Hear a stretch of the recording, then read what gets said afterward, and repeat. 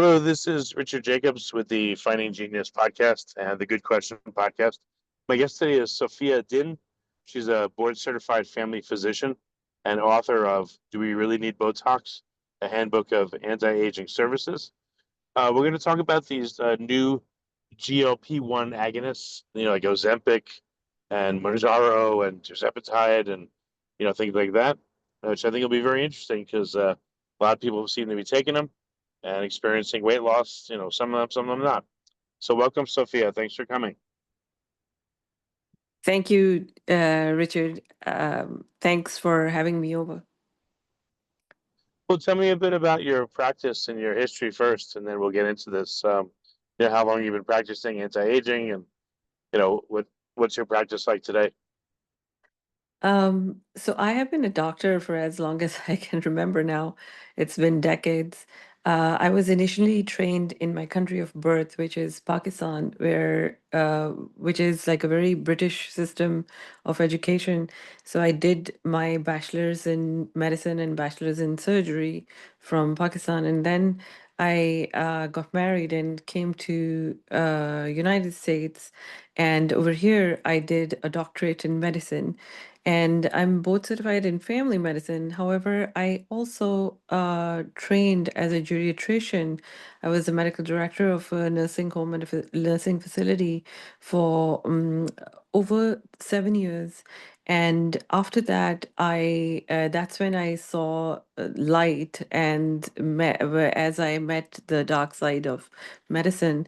And I had a turnaround and I said that I'm going to work for health because medicine in the United States, I felt was it was pretty much just sickness management without any hope of healing. So I went into integrative medicine and I was one of the early adopters of what is now being called anti-aging and longevity medicine, where we basically work to help you preserve your health and your wellness by helping you maintain your functionality across all ages. And the earlier you start, the better it is. Hmm. In your practice, what are some of the therapeutic protocols? Do you do like stem cells or PRP, or what do you do? So we have like a full body treatment protocol for people. So think of it as um, if your body was a vessel that holds your consciousness in through time and gravity and uh, chemistry and hormonal imbalances.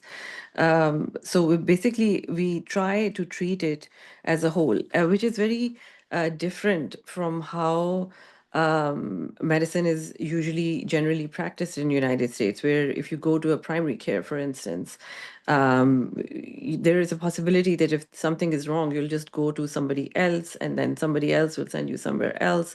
And every organ is so separate from the people who specialize in one organ don't deal with the other organ. Meanwhile, all those organs exist inside one human. So one of the things that I envisioned for my work was to create a holistic plan which includes the entire body. Because when any one part of the body or organ suffers, everything else suffers too. Um, so we do a lot of things that come together. For example, we do the intravenous infusions of antioxidants and nutrients for a lot of people. But we also manage weight for people who have gotten stuck in their journey. Um, so so there are several treatments. So a lot of things that we help people with are things that um, people already know and they can do it easily at home by themselves. But then there are certain things that for tune-ups you have to come back to the doctor. I tell people that if you're facing a sickness or some kind of a health dysfunction issue, you will realize that you um, might have to go to, like, in a year, you might have to go to a doctor like once or twice in that year because you will fall sick. And generally, people who are young and healthy don't fall sick. But if they do fall sick once or twice a year, they will go and meet with their doctor. However, that is something that is just like sickness management, where, if you get sick, then you go and see the doctor. However, for health and wellness, these visits can be a little more routine. It's like going to somebody who just like makes sure that your body is functioning well. Because the way we pursue and wait for sickness, we should basically be actively pursuing health and wellness instead. That's what, the purpose of philosophy of my practices. Right. So yeah, we do everything in between. So if one organ is suffering, for instance, if you have like your hair is suffering, for instance, and you're losing your hair, which a lot of guys do, because men, when they go through any kind of cortisol or hormonal disbalance, they lose hair very quickly. So if you're losing hair, and you're a guy, depending on your age, your treatment may be completely different than somebody who is, for instance, 60 and and beginning to have prostate issues. So, it depends what you have. So we kind of manage in my practice pretty much the whole body, body as a Okay. whole, human as a whole. That is the Right. concept. I got you. Okay. Yes. So yeah, I wanted to talk to you about, these new GLP-1 inhibitors and GLP agonists. Yeah. I mean, what are you seeing out there? Are patients just taking it, not even telling you? Are you prescribing it? Like what's the landscape look like? So GLP-1, let me just introduce GLP. I don't know how much you know. I mean, it's like all the rage right now. Just like, there are certain medications that just become in. They're just in. Um, GLP-1 agonist is one of the, when we look back onto this century, one of the medications that will be in the forefront of impacting humans and being discovered to impact humans is going to be GLP-1s. These are agonists. So your human body makes GLP-1 itself also. However, the GLP-1 that we create sometimes that GLP, it's not enough. It has a very short half-life. So fortunately, this GLP-1 that we have finally, this is like a particle which is very close to the particle that the body makes itself also. But because it is an agonist means it's a friend. So it's friendly to this your body's naturally occurring GLP-1. And what it does is that it controls your cravings. So all the food that people are, that can have an addictive, that can trigger the addictive pathways in your brain, that food will just become irrelevant for you. So it is a very good shield for addiction, but it has several layers of other advantages also. Initially, it was FDA approved for lowering basically a sugar neutralizer. It is a sugar, it just creates one of the best protective long-term shields for sugar management in a human. So people who are suffering from diabetes or who are just under the attack of the industrial food complex, which adds so much sugar into every single item of food that we're consuming and feeding our children, that something like this is going to be a very impactful resource for humans.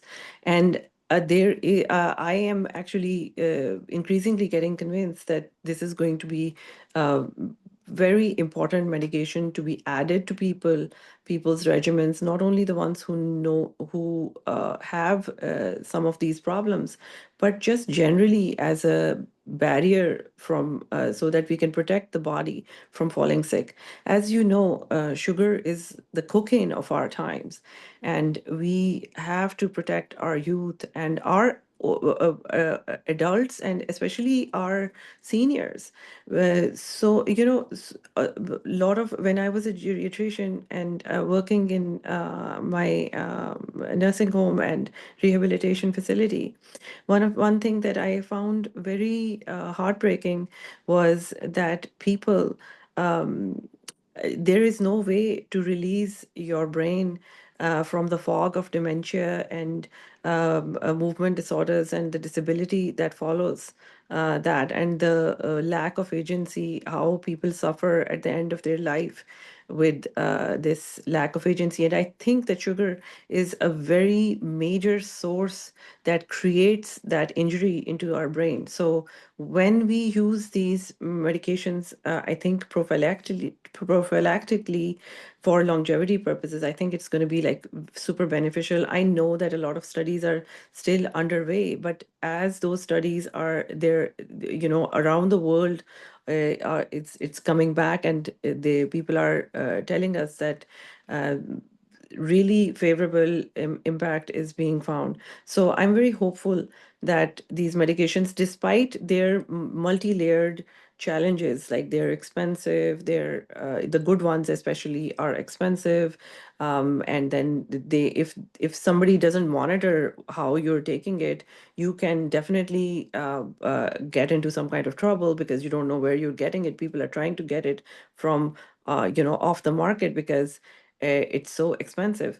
So there will be challenges, but ultimately, I think it is going to be like a very good drug, which should be taken by people under the care of somebody who should be managing it.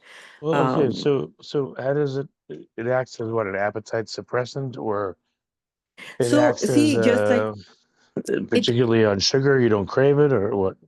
So the thing is that it is a medication which has think of it as like it has like a lot of different kinds of benefits, and all the benefits get unlocked at a different dose. So for instance, if you are a food addict, you do not need to take your dose that will fix that problem is going to be different than somebody who's going to be using it for just diabetes management.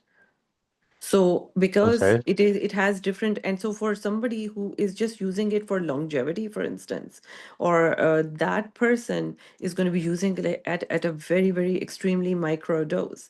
So it is something that shields you and protects your system, but the dosage has to be adjusted throughout lifetime, and also it dosage has to be managed. And I know that they are going to be trying to create GLP-1 agonists as an oral treatment, but orally the life of GLP is so low that it loses pretty much most of its benefit.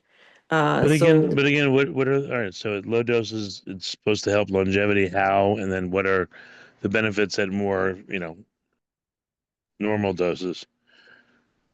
So when you when so as I'm trying to explain it, that think of it as a car that has an odometer which can go at what speed. So if you have different problems, so if you have like just diabetes, then the dose that will manage your diabetes, your problem, is going to be somewhat different from for someone else who might have food addiction, for instance. Food addiction is a food addiction or alcohol addiction or any form of addiction, whether it is for money or sex or whatever else. Uh, i- that addiction is like it's very person dependent, and we need to dial the dose up or down, just like you have like a speed in the car. Does it have to be a very high dose? Because I personally do not like people to go on super high doses, because when you go super high doses, it's like increasing the car's speed to a very, very high speed. So if you're traveling at 200 miles per hour, most likely you will end up with some kind of an accident. And people fall off the wagon. So I tell people that, the best way to do it is to do it under the guidance of someone who understands these medications. And then anybody who understands these or who has experience with this will definitely be able to guide you at what would be a Right. best place for everyone. So it's What a are the very units of tailorable thing. what are the units of dose? So every medication, so there are several kinds of GLP-1 agonists that are currently available in the market, and they all have different dosages. So it's like a unit of, so it's pretty much. Have you heard of this medication called Botox?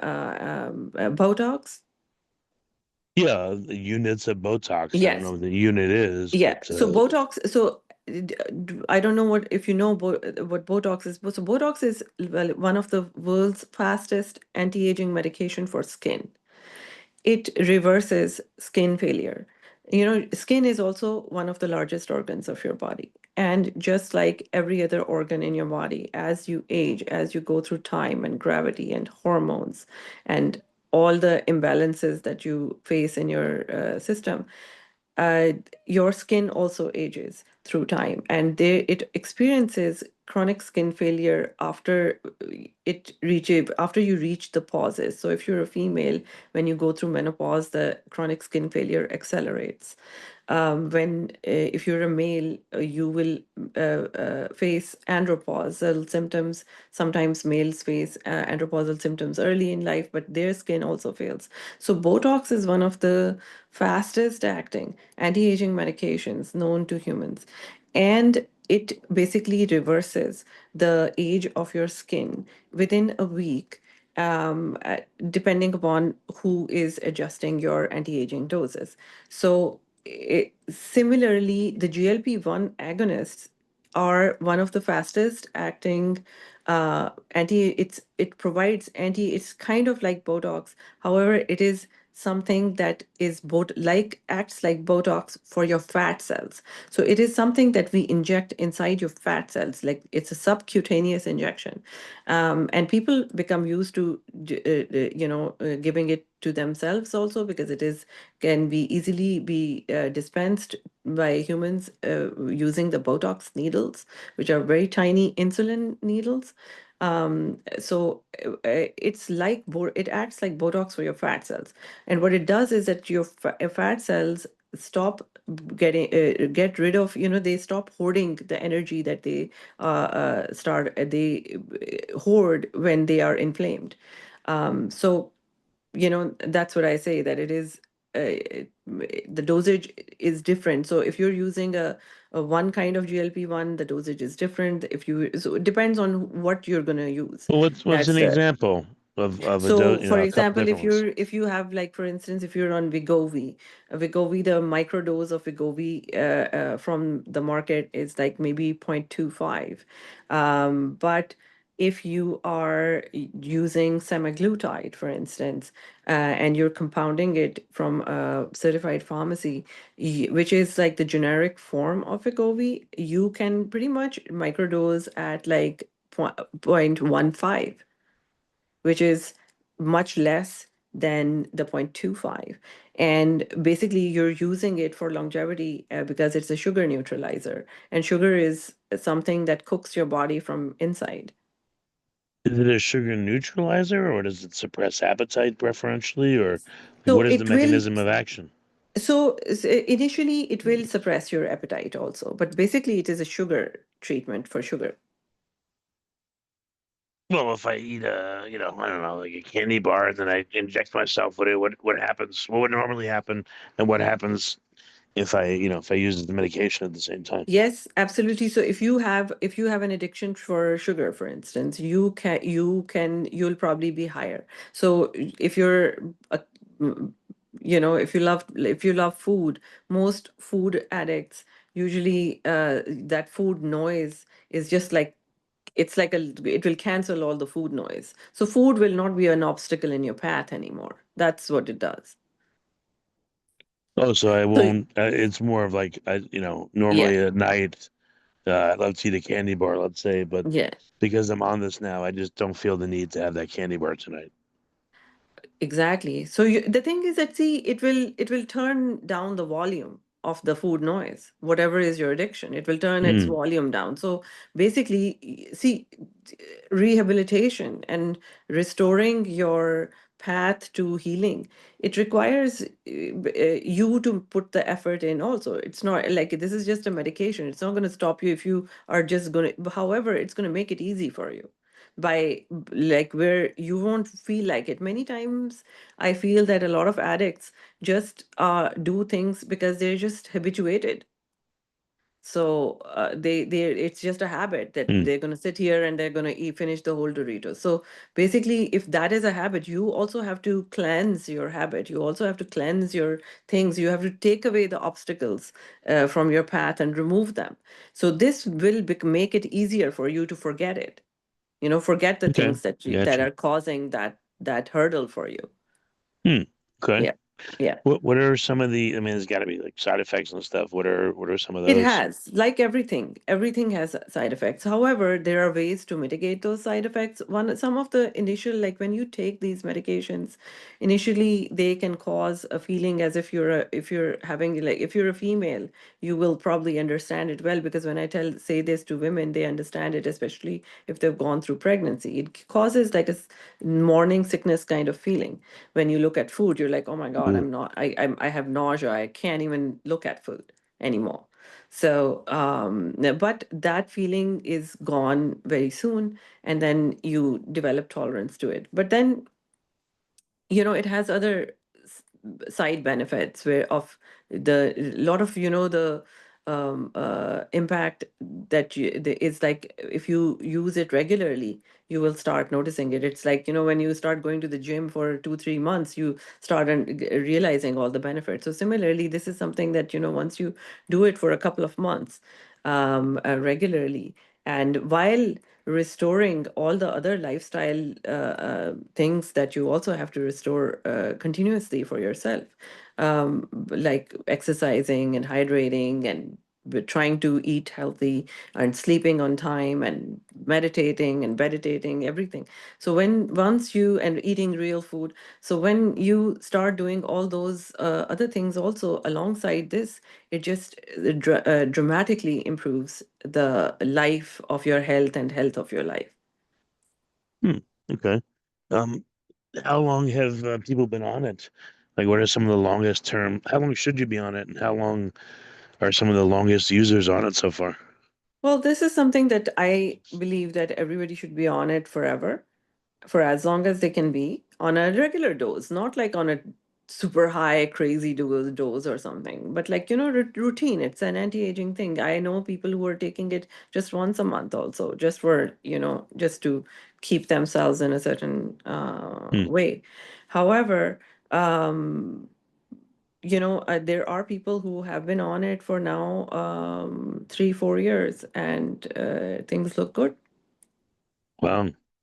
So, I mean, there's got to be some. I mean, I had read that, who knows if it's translates to humans, but in mice, it had caused medullary thyroid cancer, the Yes, so type it C does. cells. Hmm. Yes. So again, it is a medication. So if you are going to, basically you have to be monitored and you have to be cleared.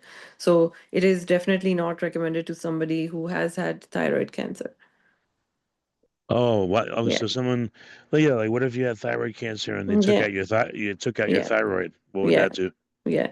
So they no, and they're not going to recommend it. They're going to give you something else. However, a lot Why? of these GLP-1 agonists have like this black box warning of developing cancer in at varying doses, because they do change the way your body metabolizes energy. Oh, So how it how is so? it Like is what do you yeah, mean? What happened? that there are several side effects to pretty much any medication that you take. However, there is a way to not undergo those side effects. So many of these side effects are triggered when you are not just using GLP-1 by themselves, but if you also consume a lot of alcohol. So for instance, people who are alcoholics, if they are on GLP-1 agonists, but they're crazily drinking on the other side, they're going to screw up the results. So I always tell people that please stop drinking alcohol when you decide to go on these medications. And then if you do drink alcohol, it has to be so little that you know that it shouldn't impact this medication, because these medications are cleared by your liver. And Mm, if you pour alcohol inside your body, it is such a toxic substance that your body starts having to clean up rather than process these medications. So these medications can have side effects which can be mitigated by appropriate direction and appropriate coaching. So doctors have to become coaches so that we can guide people how to use them safely. Listen, what is the side effect okay. of driving a car? You can wreck it and you can kill yourself and others. However, Right. does that mean that you're not going to drive a car? Of course, you will drive the car, but just follow directions.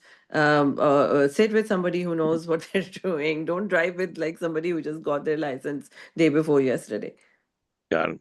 right? Okay. Well, yeah, we'll So wrap up now. So what's the best way for people to find your clinic, and where can you help people? Like the whole US or just one state, or where? So I have a license in New York and California, and Mm, my physical office is located in New York. And I am, you can find me on Instagram. It's called Dr. Giovanni. My website is botoxguru.org. I tell people that I'm not your guru, I'm the guru of Botox. I tell Botox what to do for you. So uh, again, it's botoxguru.org. And uh, what else can I say? You can find me on Facebook. You can find me on TikTok. We're kind of omnipresent. On YouTube, my channel is Dr. Giovanni. On TikTok, also, it's called Dr. Giovanni. So Giovanni is the name of my the practice that I have, and Giovanni is the root word. It's a Persian word which means youth. And mm, that's something that, eternal youth, that's what we're all seeking, and that's the dream. gotcha. All right. Okay, well, very good. Well, Sophia, thanks so much for coming on the podcast, and I appreciate your time. Thank you. Thank you, Richard, for having me. Bye bye.